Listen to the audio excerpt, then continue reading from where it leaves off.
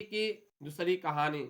हे राजन, प्राचीन समय में एक बहुत निर्धन ब्राह्मण था। उसके कोई संतान नहीं थी। ब्राह्मण नित्य पूजा पाठ करता, स्वभाव से दयालु तथा धार्मिक विचारों वाला व्यक्ति था, परंतु उसकी पत्नी बहुत मलिनता के साथ रहती थी। वह न तो स्नान करती थी, न ठीक से कार्य करती थी। अपनी पत्नी की इस आदत के कारण ब्राह्मण देवता बहुत दुखी रहते थे। वह अपने पत्नी को बहुत समझाते, किंतु उसका कोई परिणाम न निकला। भगवान की कृपा से ब्राह्मण की स्त्री की कन्या उत्पन्न हुई। वह कन्या ब्राह्मण के घर में ही बड़ी होने लगी। वह बालिका प्रातः का स्नान करके भगवान विष्णु का जप करती, बृहस्पति का व्रत भी करने लगी। पूजा पाठ समाप्त करके पाठशाला जाती तो अपनी मुट्ठी में जौ भर कर ले जाती और पाठशाला जाने के रास्ते में डालती जाती। भगवान बृहस्पति के व्रत की भी करने लगी। पूजा पाठ समय पाती मुट्ठी में जौ भर कर ले जाती और पाठशाला जाने के रास्ते में डालती जाती। भगवान विष्णु की कृपा से वही जो ईश्वर के हो जाते तो लौटते समय उनको बीनकर घर ले आती थी। एक दिन वह बालिका उन सोने के जौ को फटक कर साफ कर रही थी। तभी उसकी माँ ने उसे देख लिया और कहा, हे बेटी, सोने के जौ को फटकने के लिए सोने का शुभ भी होना चाहिए। दूसरे दिन बृहस्पतिवार था। कन्या ने व्रत रखा और भगवान बृहस्पति से प्रार्थना करके कहा, हे प्रभु, यदि मैंने सच्चे मन से श्रद्धा पूर्वक आपका पूजन व्रत किया हो, कृपया मुझे सोने का शुभ दे दो। बृहस्पति ने उसकी प्रार्थना स्वीकार कर ली। नित्य की बात वह कन्या जौ फैलाती हुई पाठशाला चली गई। पाठशाला से लौटकर जब वह जौ बीन रही थी तो बृहस्पति की कृपा से भगवान की कृपा से उसे सोने का सूप प्राप्त हुआ। उस सोने के सूप को वह घर ले आई और उससे जौ साफ करने लगी, परंतु उसकी माँ का आचरण वैसा ही रहा। एक दिन वह कन्या सोने के सूप को जौ को साफ कर रही थी, तो उसकी माँ ने उसे देख लिया। कहा, ये अचानक उस राजकुमार वहां से होकर निकला। उस कन्या के रूप करके देखकर उस पर मोहित हो गया, तो अपने घर आकर भोजन जल त्याग कर उदास होट कर लेट गया। राजा को जो अपने पुत्र द्वारा अन्न जल त्यागने का समाचार ज्ञात हुआ तो अपने मंत्रियों के साथ वह राजकुमार के पास गए और बोले, हे बेटा, तुम्हें किस बात का दुख है? किसी ने तुम्हारा अपमान किया है अथवा कोई और कारण है? मुझे बतलाओ, मैं वही कार्य करूंगा जिससे तुम प्रसन्न हो जाओ। राजकुमार ने अपने पिता की बातें सुनी तो वह बोला, आपकी कृपा से मुझे किसी प्रकार कष्ट नहीं है। किसी ने मेरा अपमान भी नहीं किया है, परंतु मैं इस कन्या के साथ विवाह करना चाहता हूँ जो सोने के सूप में जो फटक कर साफ कर रही थी। यह सुनकर राजा आश्चर्य पड़ गया और बोला, हे राजकुमार, इस तरह की कन्या का पता तुम ही लगाओ, मैं तुम्हारा विवाह उसके साथ अवश्य ही करवा दूंगा। तब राजकुमार ने प्रसन्न होकर राजा को उस ब्राह्मण कन्या के घर का पता बतलाया। तब राजा के आदेश पर मंत्री उस कन्या के घर गया और राजा का आदेश ब्राह्मण को सुनाया। कुछ ही दिन बाद ब्राह्मण कन्या का विवाह राजकुमार के साथ हो गया। घर से कन्या के विदा होते ही उस ब्राह्मण के घर में पहले की तरह निरंतर वास करने लगी। अब भोजन के लिए भी अनाज बड़ी मुश्किल से मिलता था। एक दिन दुखी होकर ब्राह्मण देवता अपनी बेटी से मिलने गए। बेटी पिता की ऐसी अवस्था को देखकर अत्यंत दुखी हुई और उस अपनी माँ का समाचार पूछा। अब ब्राह्मण ने पुत्री को सभी हाल का सुनाया। पुत्री ने अपने पिता को बहुत धन देकर विदा कर दिया। इस प्रकार ब्राह्मण का कुछ समय सुखपूर्वक व्यतीत हुआ, लेकिन धन समाप्त होने के बाद स्थिति पूर्वत हो गई। ब्राह्मण फिर अपनी पुत्री के यहाँ गया और सभी हाल का सुनाया। पुत्री बोली, हे पिताजी, आप अपने साथ माता जी को यहाँ लिवा लाओ, मैं उन्हें वह बीज बता दूंगी जिससे दरिद्रता दूर हो जाए। ब्राह्मण देवता अपनी पत्नी को साथ लेकर राजमहल अपनी पुत्री के पास पहुंचे तो पुत्री अपनी माँ को समझाने लगी कि हे माँ, तुम सुबह करके प्रथम स्नान करके भगवान विष्णु के पूजन किया करो, सब निर्धनता दूर हो जाएगी, दरिद्रता दूर हो जाएगी। ब्राह्मण देवता अपनी पत्नी को साथ लेकर राजपति समझाने लगी और सर्वप्रथम स्नान करती तो सब दुख दूर हो जाती। और उसकी माँ ने उसकी एक न मानी, वह सुबह करके सर्वप्रथम अपनी पुत्री का बचा जूठन खा लेती थी। एक दिन उसकी बेटी को अपनी माँ पर बहुत गुस्सा आया। उसने एक रात कोठरी से सारा सामान निकाल कर और उसमें अपनी माँ को बंद कर दिया। प्रातः कोठरी से अपनी माँ को निकाल कर स्नान करा के पूजा पाठ करवाया तो उसकी माँ की बुद्धि ठीक हो गई। इसके बाद वह प्रतिदिन पूजा पाठ करती, प्रत्येक बृहस्पतिवार का व्रत भी रखने लगी। इस व्रत के प्रभाव से उसकी माँ भी अत्यंत धनवान तथा पुत्रवती हो गई। बृहस्पति देवता की कृपा से वृद्धावस्था में मृत्यु को प्राप्त कर स्वर्ग को गई। वह ब्राह्मण भी सुखपूर्वक इस लोक का सुख भोग कर स्वर्ग को प्राप्त हुआ। इस प्रकार कहानी कहकर साधु देवता वहां से अंतर ध्यान हो गए। धीरे धीरे समय बीत गया, बृहस्पतिवार का दिन आ गया। लकड़हारा रूपी जंगल से लकड़ी काट कर किसी शहर में बेचने गया। आज उसे और दिनों से अधिक धन मिला।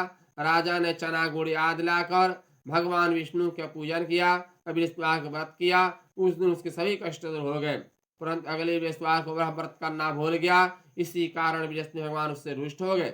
उस दिन उस नगर के राजा ने विशाल यज्ञ का आयोजना किया तथा समस्त राज्य में घोषणा करवा दी, कोई भी मनुष्य अपने घर भोजन न बनवावे, न आग जलवावे, समस्त लोग मेरे यहाँ भोजन करने आवे।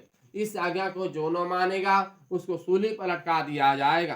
राजा की आज्ञा अनुसार राज्य के सभी निवासी राजा के भोज में सम्मिलित होने गए, परंतु लकड़हारा कुछ विलंब से पहुंचा, इसलिए राजा उसको अपने साथ भोजन कराने अपने साथ महल में ले गए।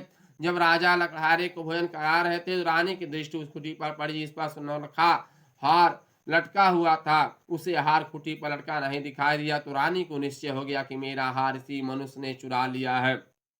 उसी समय रानी की जिद पर राजा ने सैनिक बुलवाकर लकड़हारे को जेल में डलवा दिया।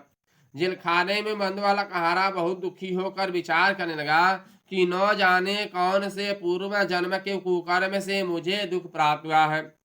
जेल में बंद लकड़हारा भगवान बृहस्पति को याद करने लगा। तत्काल बृहस्पति एक साधु का आरोहण कर आए, रूप धारण करके आ गए और बोले, हे लकड़हारे, तू बृहस्पतिवार की व्रत करना भूल गया, व्रत नहीं किया, इसी कारण तुझे दुख प्राप्त हुआ है। अब किसी प्रकार की चिंता मत कर, बृहस्पतिवार दिन जेल खाने के दरवाजे पर तुझे 4 पैसे पड़े मिलेंगे, उन पैसों से प्रसाद मंगवाना, भगवान बृहस्पति का पूजन करना, कथा कहना अथवा दूसरों को भी सुनाना और प्रसाद स्वयं भी ग्रहण करना, दूसरों को भी खिलाना।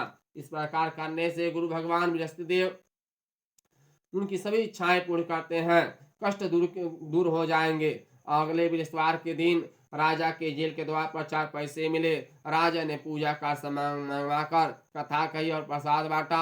उसी रात को बृहस्पति ने उस नगर के राजा को सपने में दर्शन देकर कहा, हे राजा, तुमने जिस आदमी को जेल खाने में बंद कर रखा है वह निर्दोष है, वह राजा है, उसे छोड़ देना। तेरी रानी का नौलखा हार उसी कुटी पर टंगा हुआ है, अगर तू ऐसा नहीं करेगा तो मैं तेरी राह को नष्ट कर दूंगा।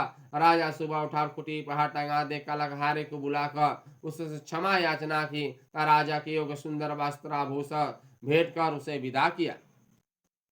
बृहस्पति देव की आज्ञा अनुसार राजा अपने नगर को चल दिया। जब वह नगर के निकट पहुंचा तो उसे बड़ा ही आश्चर्य हुआ। वहां पहले सदी बाग, तालाब, कुएं तथा बहुत से धर्मशालाएं, मंदिर आदि बने हुए थे। राजा ने जब नगर वासियों से पूछा कि यह बाग, तालाब, धर्मशालाएं किसके, कुएं किसके द्वारा बनवाए गए हैं, तब नगर के सब लोग कहने लगे कि यह सब रानी उदासी द्वारा बनवाए गए हैं। राजा को बहुत ही आश्चर्य हुआ, तुरंत क्रोध भी आया। जब रानी ने खबर सुनी कि राजा आ रहे हैं तो उसने दासी से कहा, है दासी, देख राजा हमें अतिदिन अवस्था में छोड़ गए थे, वह हमारी ऐसी हालत देखकर कहीं लौट न जाए, इसलिए तू द्वार पर खड़ी हो जा। रानी की आज्ञा अनुसार दासी दरवाजे पर खड़ी हो गई। जब राजा है तो उन्हें अपने साथ मन में ले बाहर आई। तब राजा ने क्रोध करके अपनी तलवार निकाले तो रानी से पूछा, बताओ इतना धन तुम्हें कैसे, किस प्रकार प्राप्त हुआ है। तब रानी ने बताया कि हमें इस धन बृहस्पति के इस व्रत के प्रभाव से प्राप्त हुआ है। अब राजा ने निश्चय किया कि 7 दिन बाद तो सभी बृहस्पति का पूजन करते हैं, परंतु मैं प्रतिदिन में 3 बार कथा कहूंगा, नित्य व्रत किया करूंगा। अब हर समय राजा के दुपट्टे में चने की दाल बंधी रहती, दिन में 3 बार कथा कहता था। एक दिन राजा ने विचार किया कि चलो अपनी बहन क्या हुआ। ऐसा निश्चय कर राजा घोड़े पर सवार होकर अपनी बहन के यहाँ चल दिया। मार्ग में उसने देखा कि कुछ आदमी के मुर्दे को ले जा रहे हैं। उन्हें रोका राजा कहने लगे, अरे भाइयों, कुछ देर मेरी विस्तार की कथा सुन लो। वे बोले, लो, हमारा तो आदमी मर गया है, इसको अपनी कथा की पड़ी है। परंतु कुछ आदमी बोले, अच्छा कहो, तुम्हारी कथा भी सुनेंगे। राजा ने दाल निकाली, जब कथा दी हुई तो मुर्दा हिलने लगा। जब कथा समाप्त हो गई तो राम राम करके वह मुर्दा उठ बैठा। प्रेम से लोग भगवान की, विष्णु महाकाली की, परमपिता परमेश्वर की जय। अब राजा की जय जयकार होने लगा। राजा शाम हो गया, आगे राजा के चलने लगा। चलते चलते शाम हो गया, आगे मार्ग से देखा कि एक किसान खेत में चल रहा था, मिला। राजा उससे बोला, अरे भैया, तुम मेरी की कथा सुन लो, बृहस्पतिवार की कथा सुन लो। वही बोला, जब तक मैं तेरी कथा सुनूंगा तब तक 4 हरया जोत लूंगा, जा भैया अपनी कथा किसी और को सुनाना। राजा आगे चलने लगा। राजा कहते ही बैल पुछा करके गिर गए। किसान के पेट में बहुत तेज दर्द होने लगा। उसी समय किसान की माँ रोटी लेकर आई। उसने जब यह देखा, अपने पुत्र से सारा हाल पूछा। बेटे ने सारा हाल बता दिया। किसान की माँ दौड़ी दौड़ी उसी घुड़सवार के पास गई। उससे बोली, मैं तेरी कथा सुनूंगी, तू अपनी कथा मेरे खेत पर चलकर कहना। राजा ने जाकर बुढ़िया के खेत पर कथा कही, जिसे सुनते ही बैल खड़े हो गए। तब किसान के पेट का दर्द भी बंद हो गया। अब राजा की जय जयकार होने लगा। राजा की जय जयकार होने लगा, प्रभु की जय जयकार होने लगा। और राजा शाम हो गया, अपनी बहन के घर पहुंच गया। बहन ने भाई की आवभगत की। दूसरे दिन सुबह राजा जगा तो उसने देखा कि यहाँ तो सब लोग भोजन कर रहे हैं। राजा ने अपनी बहना से कहा कि बहना, यहाँ पर कोई ऐसा मनुष्य है जिसने भोजन नहीं किया हो, जो मेरे गुरु बृहस्पति जी की कथा का श्रवण कर ले। तो बहन बोली, हे भैया, यह देश ऐसा ही है, पहले यहाँ लोग भोजन करते हैं, बाद में कोई काम करते हैं। अगर पड़ोस में कोई हो तो देखे आती हूँ। वह ऐसा कर बहन चली गई, परंतु उसे कोई भी ऐसा व्यक्ति नहीं मिला जिसने भोजन न किया हो।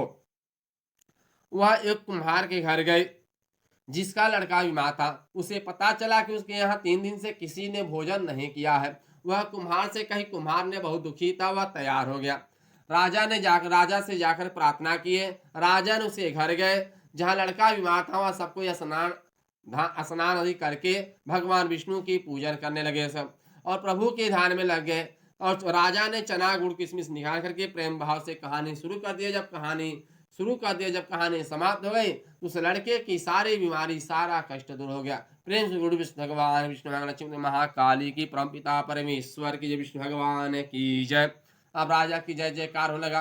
राजा ने जाकर के सबके घर जाकर के कहानी कहने लगा। उस कहानी के प्रताप से उस राज्य के सब लोग सुख शांति से रहने लगे। एक रोज राजा ने विचार किया कि हम अपने घर को जाएंगे, और अपनी रानी बहना से कहा, हे बहना, तुम भी तैयार हो जाओ, हम अपने घर को जाएंगे। राजा ने जाकर के अपनी सासू माँ से कही। सासू माँ बोली, हाँ चले जा, परंतु अपने लड़कों को मत ले जाना, क्योंकि तेरे भाई की कोई संतान नहीं होती है। बहना ने आकर अपने भैया से कहा, भैया मैं तो चलूंगी, परंतु कोई बालक नहीं जाएगा। तब राजा ने कहा, जब कोई बालक साथ नहीं चलेगा तब तुम ही क्या करोगे। बड़े दुखी मन से राजा अपने नगर को लौट आया। राजा ने आकर के अपनी रानी से कहा, हम निर्वंशी राजा हैं, हमारा मुंह देखने का धर्म नहीं है। वह उदास होकर बिना भोजन किए सैया पर लेट गया। रानी बोली, हे प्रभु, भगवान बृहस्पति ने हमें सब कुछ दिया है, वे हमें संतान भी अवश्य देंगे।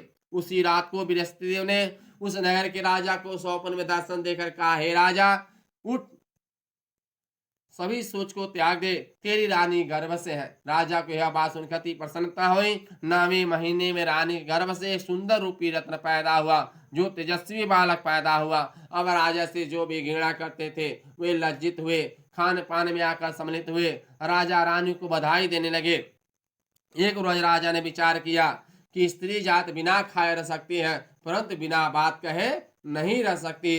रानी से आकर कहा, हे रानी, देखो हमारी बहाना आवे तब तुम मुझसे कुछ मत कहना। रानी ने सुनकर हाँ कह दी। जब राजा की बहन ने शुभ समाचार सुना तो अति प्रसन्न हो, तब बधाई लेकर अपने भाई के यहाँ आए। तभी रानी ने कहा, घोड़ा चढ़कर तो नहीं आई, गधा चढ़ी आई। राजा के बहना बोली, भाई मैं इस प्रकार न कहती तो तुम्हें औलाद कैसे मिलती। भगवान बृहस्पति वैसे ही है, जैसे जिसके मन में कामनाएं आते हैं सभी को पूर्ण करते हैं। जो सद्भावना पूर्वक गुरु की कथा व्रत करता है एवं पढ़ता है अथवा सुनता है और दूसरों को सुनाता है, बृहस्पति उसकी सभी मनोकामनाएं पूर्ण करते हैं। जैसे सच्ची भावना से रानी और राजा ने उनकी कथा का गुणगान किया, उनकी कथा का गुणगान के भजन किया, सभी उनकी इच्छाएं पूर्ण किए। इसलिए सबको कथा सुनने के बाद प्रसाद लेकर जाना चाहिए, हृदय से उनका मनन करते हुए जय जयकार बोलना चाहिए।